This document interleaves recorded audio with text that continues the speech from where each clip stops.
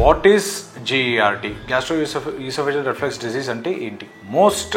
చాలా మటుకు పేషెంట్స్ నా దగ్గరికి అప్రోచ్ అయ్యే వాళ్ళు కంప్లైంట్స్ వాళ్ళు వచ్చే దానికి మెయిన్ సిమ్టమ్స్ ఏముంటున్నాయి అంటే కడుపులో గ్యాస్ ప్రాబ్లం అని చెప్పిన లేకుంటే ఛాతీలో ఎదలో మంటలా ఉంది అని చెప్పి అనడము, లేదంటే నోట్లోకి పులికేసరిలాగా రావటము, పుల్లగా అనిపించడము లాంటిది అనిపించడము, లేదా భోజనం చేసిన తర్వాత చాలాసేపు కడుపు బిగుసుగా ఉండిపోవడం అనేది, ఆరగకపోవడం అనేది సిమ్టమ్స్ అంటే వస్తుంటారు. ఇవన్నీ ఇనిషియల్ దశలో మనం ఎవాల్యుయేట్ చేసినప్పుడు సిమ్టమ్స్ వచ్చిన వాళ్ళు మాకు వచ్చే ఓపీలోకి వచ్చే వాళ్ళని కన్సిడర్ చేసి వాళ్ళ ఎవాల్యుయేషన్లో చూసుకొని ఇన్స్టెంట్ కన్సిడర్ చేసినప్పుడు దేర్ ఆర్ మల్టిపుల్ పాసిబిలిటీస్. అందులో ఇనిషియల్ ఫస్ట్ టైం సిమ్టమ్స్ అలా వచ్చే వాళ్ళకి gastritis, APD acid peptic disease అని చెప్పేసి, ఆర్ గ్యాస్ట్రైటిస్ నార్మల్ వాడుక భాషలో గ్యాస్ ప్రాబ్లమ్ ఆర్ గ్యాస్ట్రైటిస్.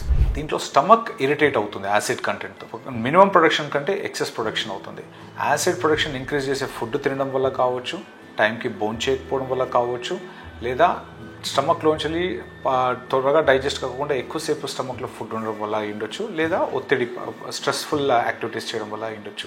ఈ సందర్భాలలో గ్యాస్ట్రైటిస్ అనేది అవ్వడం సహజం. ఈ గ్యాస్ట్రైటిస్ అయినప్పుడు కొంతమందిలో ఏమవుతుందంటే 5% or 10% లాంగ్ టర్మ్ అంటే గ్యాస్ట్రైటిస్ అలానే అశ్రద్ధ చేసి టాబ్లెట్స్ వాడుకోవడము, మజ్జిగ తాగటము, లేదంటే ఇంటి చిట్కాలు వాడి కంట్రోల్ చేయడానికి ట్రై చేస్తూ ఉంటారు, ఇగ్నోర్ చేస్తారు. అలా జరిగిన వాళ్ళల్లో మాత్రం కొంతమందిలో severity problem, root cause of the problem అంటే దాన్ని సమస్య రూట్ నుంచి తీసుకోకుండా తాత్కాలిక ఉపశమనం కోసం అని చెప్పేసి రెగ్యులర్ ఫార్మసీస్ కౌంటర్ ఇంటి పక్కన ఉన్న ఫార్మసీ దగ్గరికి వెళ్ళేసి PPIs వాడడం లాంటివి చేస్తూ ఉంటారు. చేస్తే అలాంటప్పుడు ఏమవుతుందంటే అండర్లయింగ్ మేజర్ ప్రాబ్లం అనేది మనము గ్రహించడానికి డిలే అవుతుంది. అలా అయిన సందర్భంలో ఇదే గ్యాస్ట్రైటిస్ లాంగ్ టర్మ్లో అయినప్పుడు GERD అవుతుంది. ఆ GERD అంటే ఏంటి అంటే గ్యాస్ట్రో ఈసోఫేజియల్ రిఫ్లెక్స్ డిసీజ్.